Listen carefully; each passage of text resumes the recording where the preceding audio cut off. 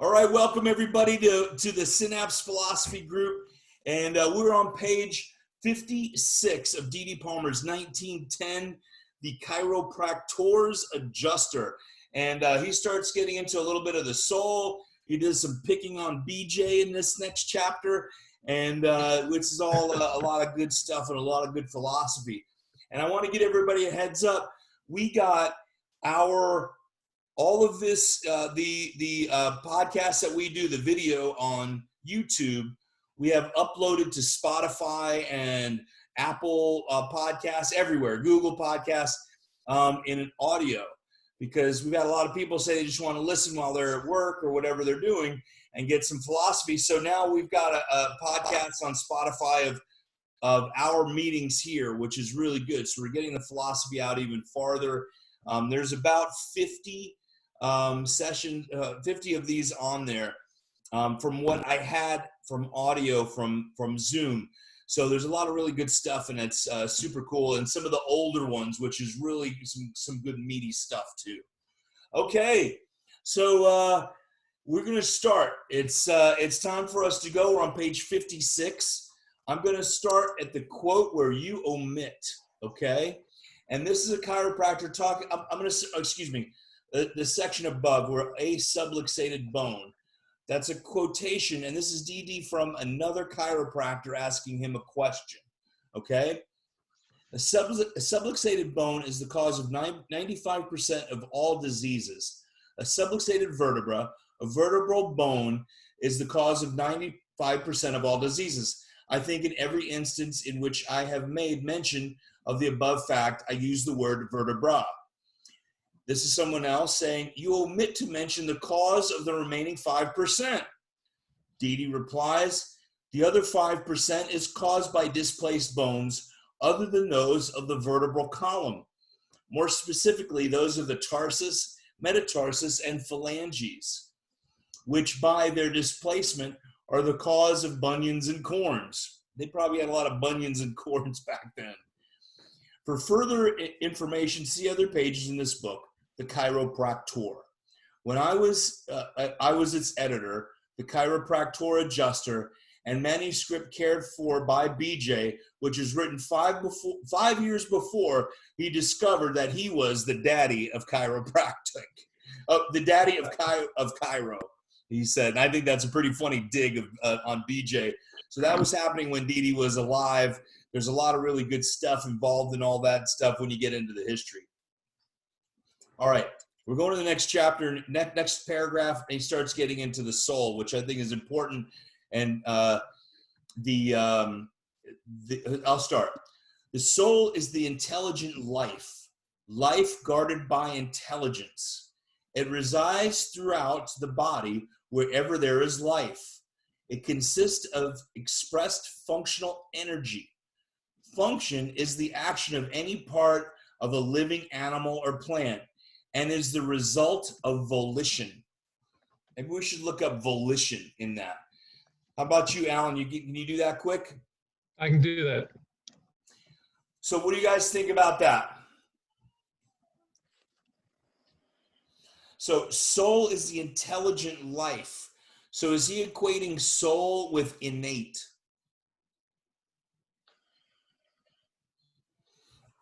I personally feel they're separate. And the more I've thought about this, spirit cannot be influenced by educated, but innate can.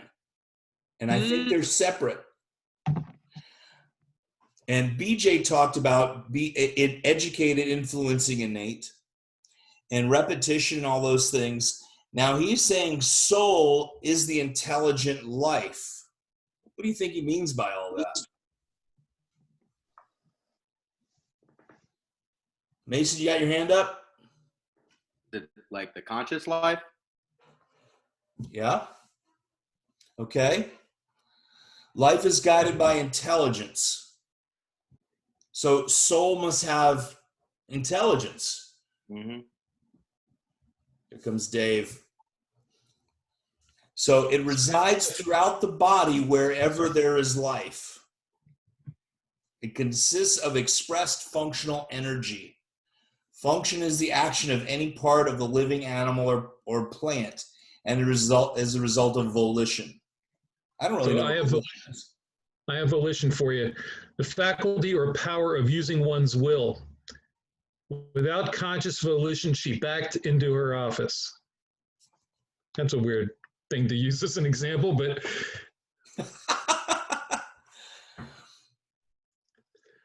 faculty or power of using one's will. So, and as a result of volition. Because let me see. So here I got another one. Let me look. The power of choosing or determining, an act of making a choice or a decision to do something. Okay. I'm going to go to the next paragraph. Maybe it'll give us some more insight. Spirit, soul, mind, and body are separate. See, I would separate soul and spirit as well. Body are separate and distinct entities. An entity is a being, whether in thought or in fact. Spirit, universal. He separates spirit with a wide space and a period. Universal is the sum total of all consciousness, intelligent element or factor manifested in the universe. Individualized spirit is the segmented portion embodied in each individual. The body, as an entity, is the organized substance which we recognize as the human being. The mind is the intellectual part, that which is conscious, that which understands, reasons, wills, and thinks. The soul is intelligent life guided by intelligence. It resides throughout the body wherever life is manifested. The breath of life, which is possession with the first breath. For whosoever will save his life shall lose it, and wherever will lose his life for my sake shall find it. I don't know what that's standing for. What's he putting that in there for? For what is a man profited, and he shall gain the whole world and lose his own soul? Or what shall a man give in exchange for his own soul? Please read and reread this portion of scripture over and over again, changing it back and forth, soul for life, life for soul, until you can comprehend that soul means life and life means soul. That these two terms, life and soul, are synonymous. Now, one step more, life is the sum total of functions. It is that which distinguishes a living, organized animal from a dead animal or inorganic bodies. Intelligent life maintains the performance of functions. All vital activities are guided by intelligent life. Animal existence is dependent upon the soul, intelligent life. Intelligent life, the soul, is the bond union which holds spirit and body together as one. Whoa. There is a lot of in-depth spiritual consciousness of D.D. Palmer just busting out of that right now. You need to get one more there, because it says the product of soul and body of a living body. Yeah. Mind is the product and soul of the living body. Through the mind, innate spirit, in parentheses, conducts the functions which control the body and looks after its external welfare. If the reader will turn to all the places where the soul is mentioned, I think that Vaughn will get a satisfactory comprehension of what I understand the soul consists. You know. So I see this as, at least in part, as when he gets to innate here and refers to that as spirit in paren, he's identifying innate in the body as a part of that universal that he mentions earlier as spirit, which is with a capital S, global, in the universe. And I think he also is mentioning with the mind is part of innate, and innate is part of the soul.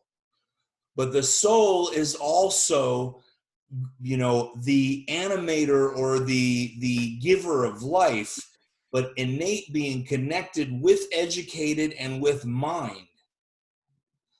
Because he doesn't mention innate anywhere before then until he starts mentioning the mind. Through the mind, innate spirit conducts the functions which control the body.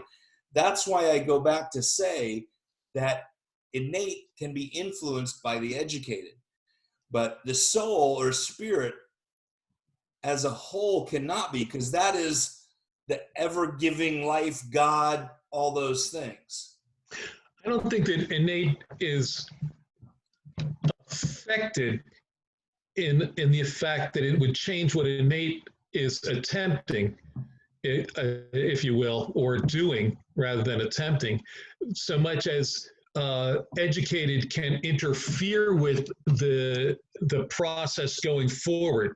Innate creates that volition that in some way can be an educated brain can interfere, not unlike in a mental way, it can interfere in analogous to what happens when there is interference, nerve interference. It interferes in a more physical way.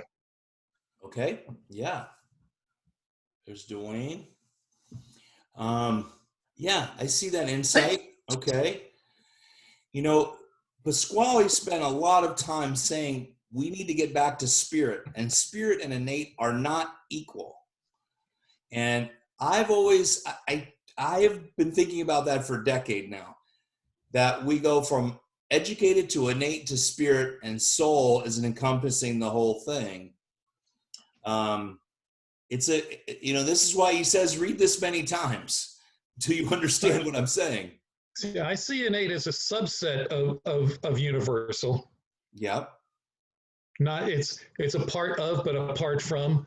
It's as a drop of water that you take out of the ocean and can go back to the ocean, but at the moment it maintains its integrity separate, because we have a piece of that universal intelligence in a living being, and you can see it as if you've ever been to the coast, someplace on the West Coast where there's trees growing or that are all leaning away from the wind. That's an innate adaptation. Their body has adapted to the universal force of the wind, and for survival has changed its shape of what would be a different shape for a tree, for that type of tree. It's an adaptation that occurs by the innate force that is in that living thing. Innate is in all living things, not just animals. Well, and I still keep going back to how if educated can influence innate, B.J. Palmer said it. And if you think about it, you tell yourself you're sick enough over and over again, eventually you're going to make yourself sick. Let's look at it in that sense, right? I use the word inform. So educated informs innate still decides. Okay, I see that. Where we still have distinctions, though, from innate to spirit, because my educated can't influence God. It can't influence the universal intelligence. I can only influence within my material being of my own consciousness. If I tell myself, just an example, I tell myself I'm sick long enough, eventually I'll make myself sick. Okay?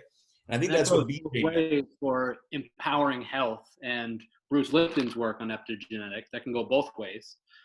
Okay, enlighten us.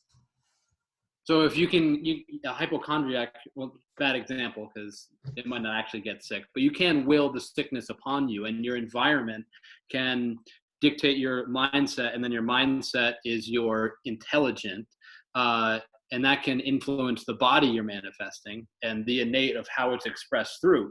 But that can also go the other way, when we can say your just positive outlook can change the vibration of your entire body and have your cells function better. And the frozen water studies of positivity even being prayed upon water before it's frozen, or positive music playing upon it, or just affirmations and love, it'll freeze differently. So it can change your mindset, changes the whole vibrational tone of your body.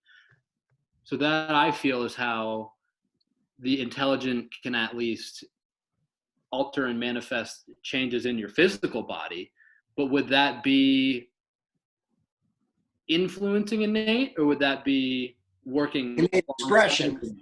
Yeah, I but think psychosomatic illness is that never enters innate. It never enters innate. If innate's running the show and it's producing antibodies, It's still expressed through material. It's still expressed through educated. So it can be expressed outside of innate. let's look at it in an athletic sense, where they've done research studies of people exercising visually and having an outcome in difference in body structure. That is a very famous study. So you're influencing innate intelligence by your educated mind. I want to do this. I'm creating that environment within. You see what I'm saying? And then That's changing the physical body. That doesn't change innate. but innate What is you're a creator of the In the physical body it body. occupies. I think there's semantics here. Okay. Educated can affect innate expression. I think that's the very missing piece, because the body's ultimately running itself no matter what. We can't control or think about that shut off. We can just influence how efficiently and effectively it's running through our own intelligent thoughts and feelings and emotions. Okay.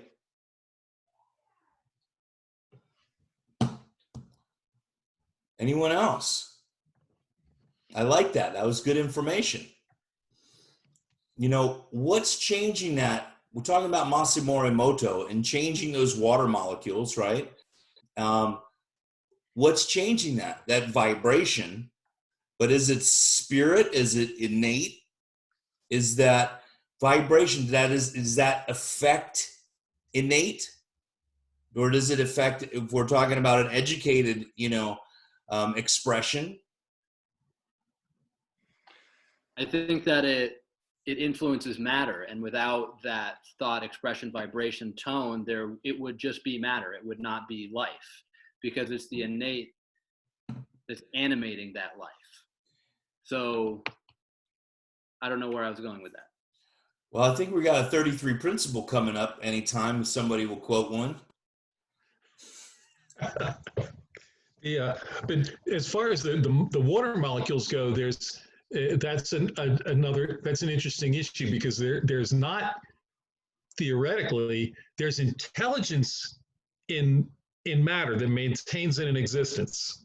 Universal intelligence is all things maintaining it in existence. So the water molecules are being maintained through an intelligent function and are being affected somehow, but there's not innate in the water. Well, how your body uses it. Well, water is not a living thing. So water in the body is a different function.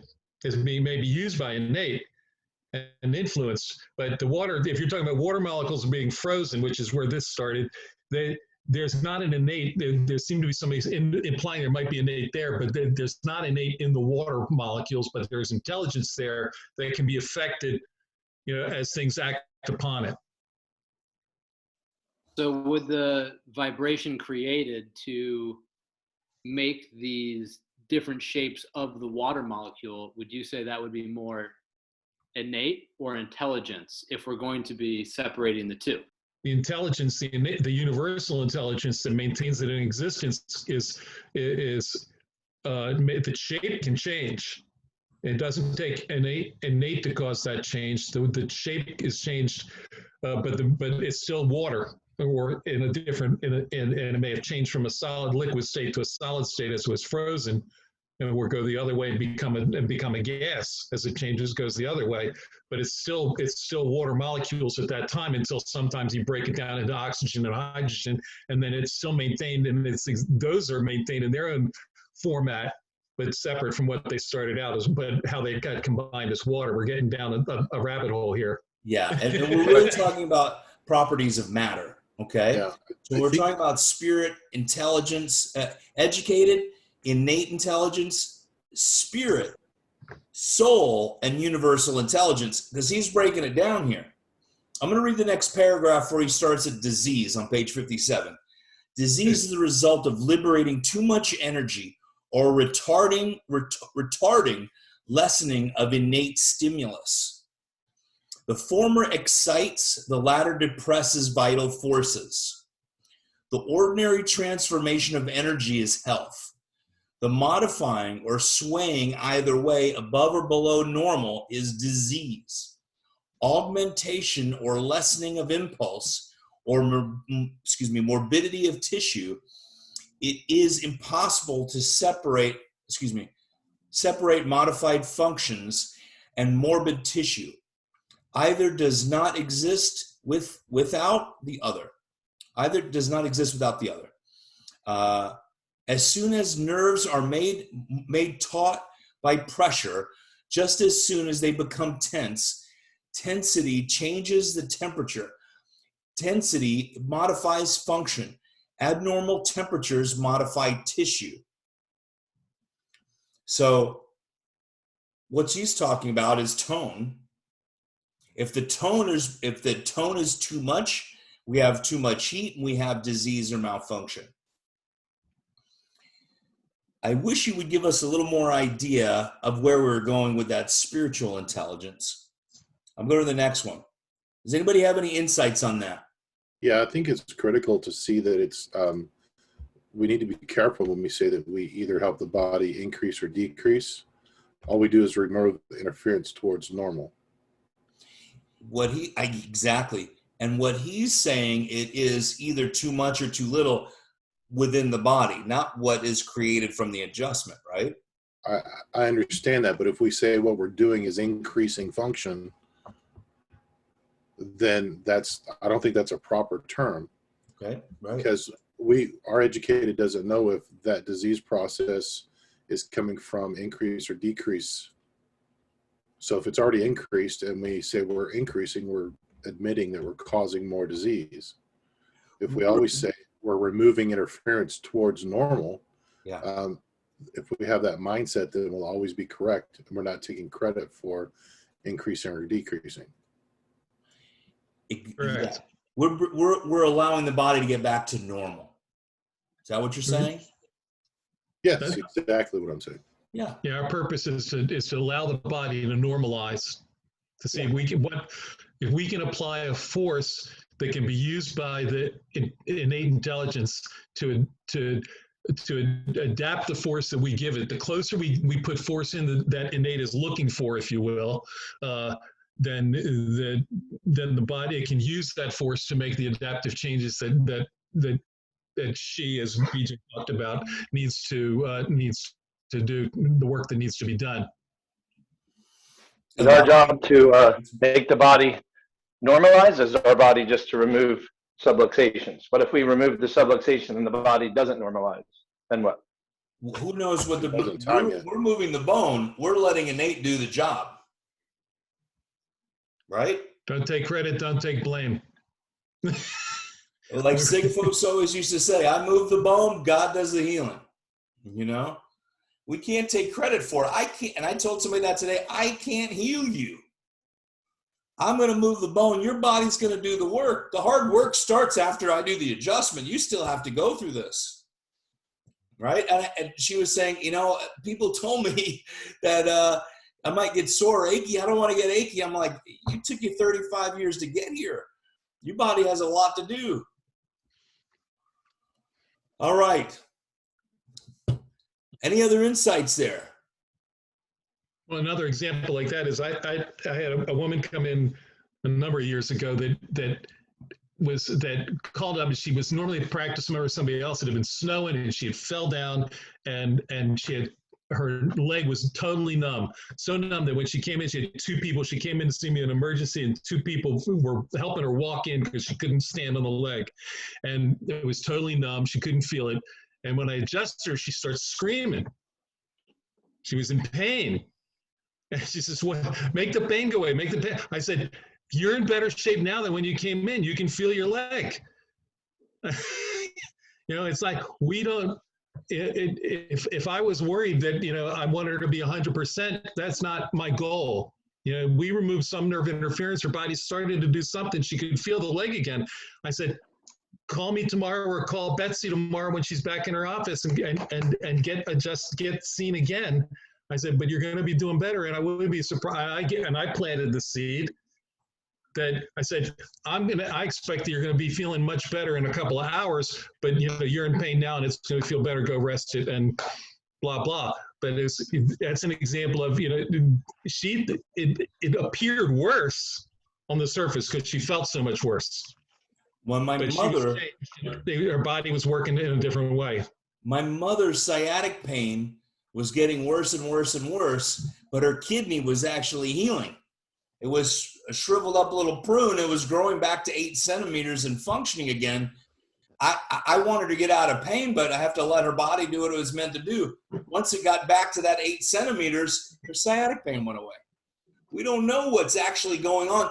Your pain, you can live with pain, but it's better to live with 2 kidneys than 1, right? The body is going to, the innate is going to prioritize what needs to be done in the body. And you may have sciatica, and if you have a kidney that needs to be regrown, what's going to kill you first? Exactly. Right? Yeah, one is a pain in the ass. I'm working on the kidney. I'll deal with the sciatica later. Right. Exactly. All right, ladies and gentlemen, I no longer have been paying. I just stopped paying for my Zoom account, and they are telling me I have 7 minutes left now. I didn't realize they limit this thing now if you don't pay for it. First you start cutting it off. You're cutting it off at 8:45 now. We used to go to 9 o'clock. Now your cheap ass didn't pay for the Zoom thing. Now we got to cut off at 8:30 here. What do you need? What do you need? You want some Jersey money over here? What the hell? How much is Zoom? I'll start a fund. But this thing, I didn't realize that's what's happening. They gave me a countdown. But I want to tell you guys. Accounts go 40 minutes. Yeah, so we've been on for a little while. And I want to make sure everybody knows that now we have this on a podcast, and it's on Spotify, Apple Podcast, everywhere. So this recording, it goes on to the YouTube page, and the audio goes on podcasts for all around the world. And it's share with your friends. It is Synapse Philosophy Podcast on Spotify and everywhere else. So, because a lot of people were saying they want to listen when they're at the gym or in the car or whatever, and that way we're getting to a lot more people. So I think that's really cool. And we have about 50 up already. So I want to tell you in our last 6 minutes left. I'll start paying for it again if we have to. No big deal. Sarnoff. We should start a fund. I can donate mine. I have a full paid account. Okay. So we can talk about that later. All right. That's awesome. Anybody else have any last insights in our last 5 minutes and 51 seconds left? Yeah, we just have to be careful what we take credit for and what we don't. We have to be very careful to not fall back into either paradigm 1 or paradigm 2 thinking where we have any say what innate does with its body. That is a tremendous thing. When we start taking credit for it, and people thank you. Oh, thank you. You healed me. I feel so much better. I moved the bone. Your body did the work. You got to give yourself credit, right? Yep. That's a big thing because we start getting a little bit of our self-esteem gets a little fluffed, and it feels good to be the winner that you did it. And universal intelligence doesn't like competition. There you go. That's awesome. I think we ought to read at least the first couple sentences of that next paragraph to get them in here. In disease, mental impulses are not impeded, hindered, stopped, or cut off. They are modified. An impingement does not obstruct. It is either an exciter or depressor. All diseases are accompanied by temperature above or below normal. Heat, cold, in parentheses, the temperature surrounding us, not that of the body, and parasites are small factors in the production of disease. To state exactly and specifically the primal cause, the abnormal condition, which was the very first to set the ball rolling. that eventually made the subluxation, which caused the impingement, which produced the irritation, which modified the animal's temperature. So he's talking about endogenous cause of the subluxation, which augmented the decreased the force of impulse that changed normal functions to abnormal, is but repeating the story of, in parentheses, the house that Jack built, end of parentheses. Powerful stuff. I'm going to read the rest. The real primary cause of disease is tension. The cause of tension is pressure. The cause of pressure in 95% of the diseased conditions is luxated vertebra. The cause of the remaining 5% is the luxation of other bones than those of the vertebral column. I think that's important. Food never irritates nerves. In proportion as the ingesta induces irritation, it becomes a poison and causes the food and ceases to be food. That which is food is one may be poison to another. That is a chemical stress, right?